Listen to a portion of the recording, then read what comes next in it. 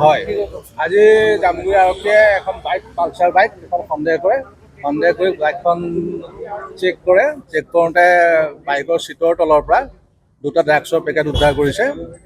এটা 13 গ্ৰাম আৰু এটা পেকেটত 8 গ্ৰাম।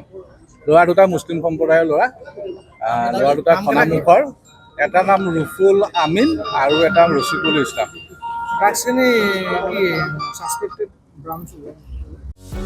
যিকোনো খবৰৰ বাবে যোগাযোগ কৰক আমাৰ এই নম্বৰত 9181 307 221।